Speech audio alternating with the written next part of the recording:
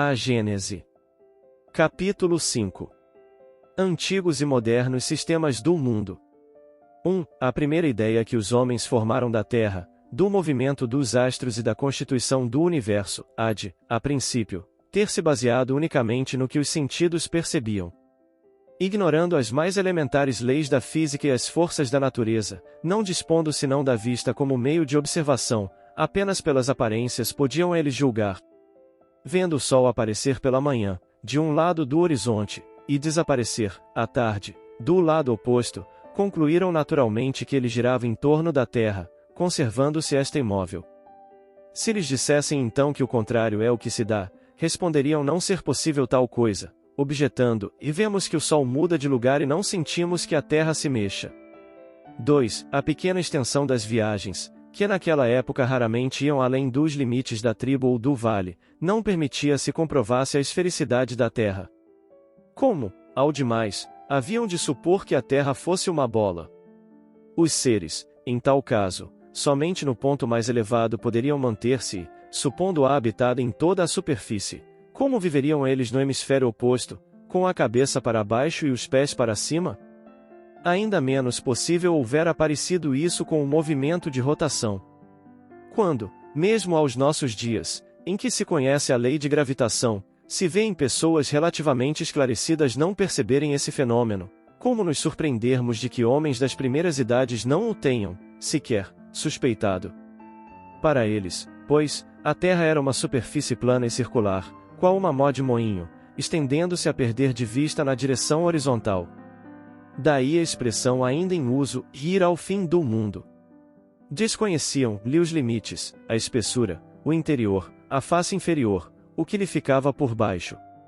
Nota de Allan Kardec: a mitologia hindu ensinava que, ao entardecer, o astro do dia se despojava de sua luz e atravessava o céu durante a noite com uma face obscura. A mitologia grega figurava puxado por 4 cavalos o carro de Apolo, o deus da beleza, da luz, das artes e da profecia.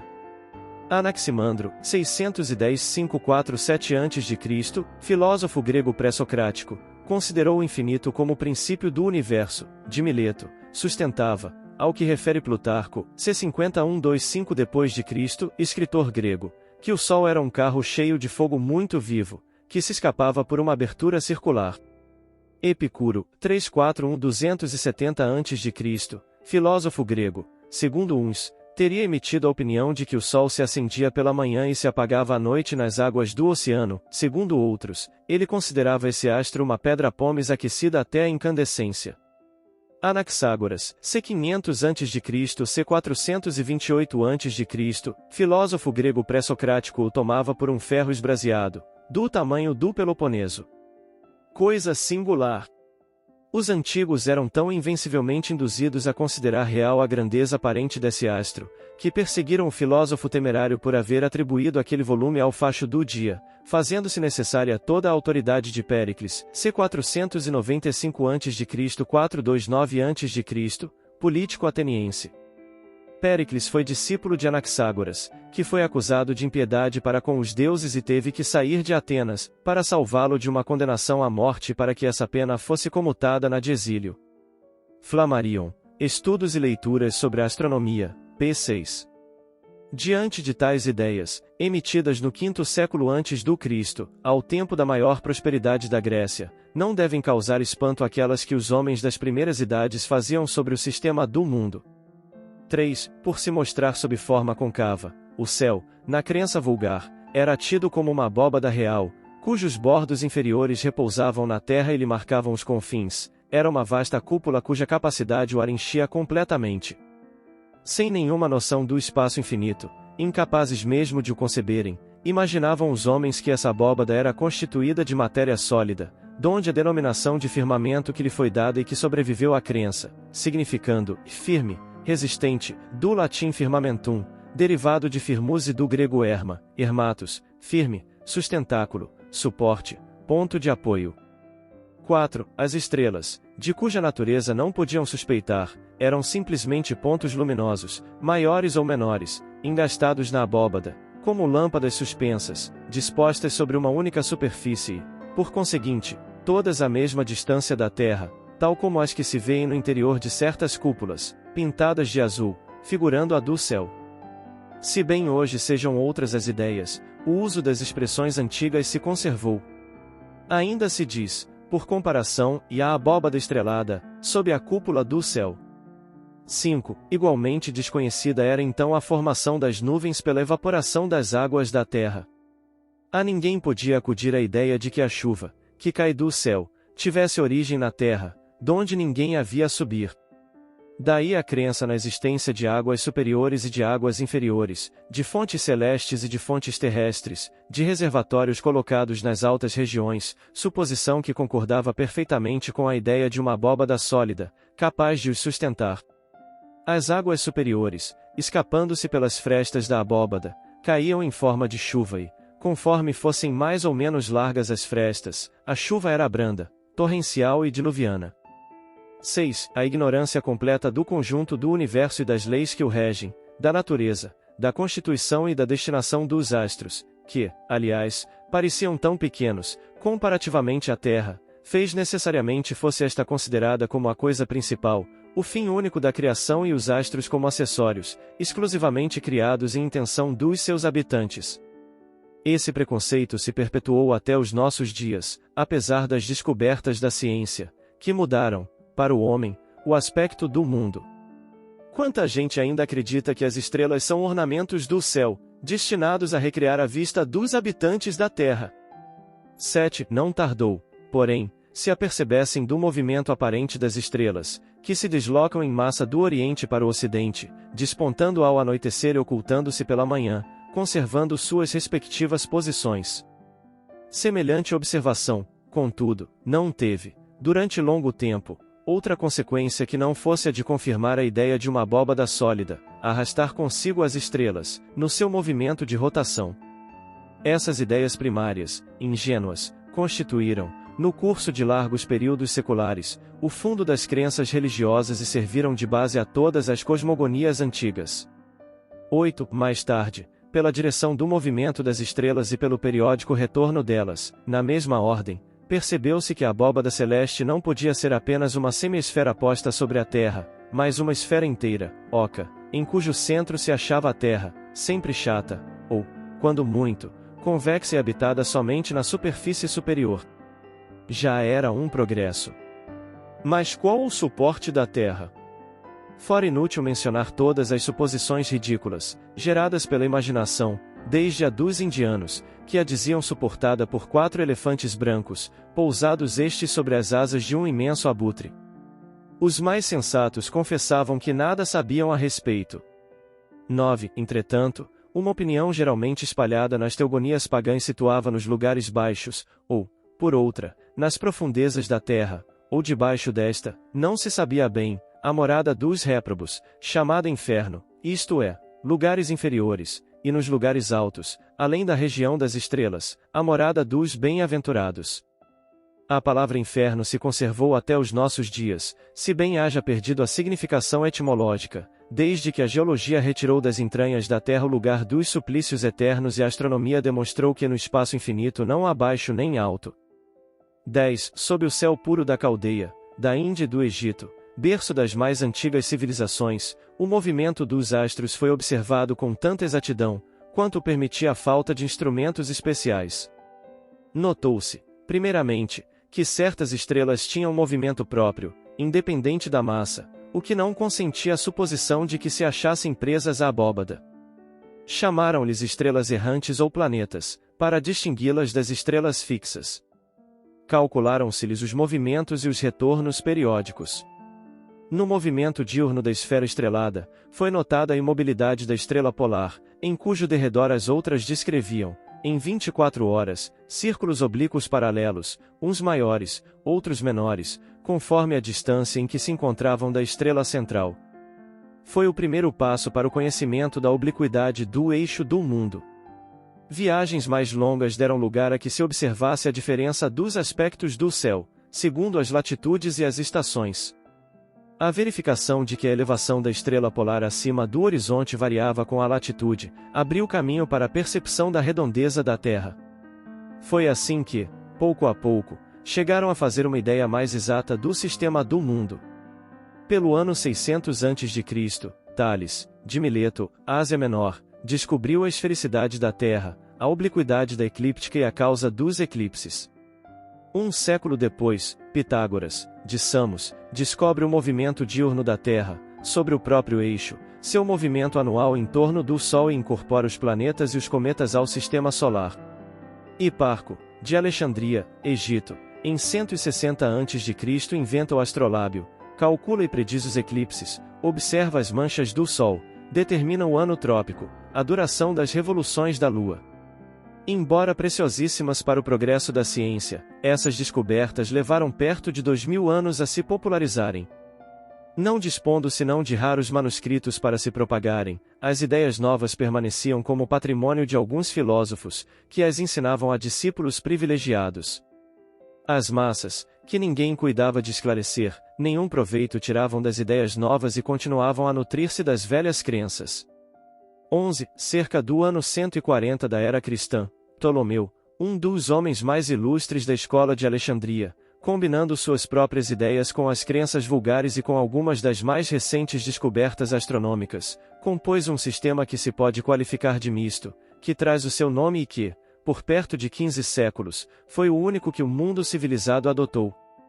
Segundo o sistema de Ptolomeu, a Terra é uma esfera posta no centro do universo, composta de 4 elementos: terra, água, ar e fogo. Essa a primeira região, dita elementar.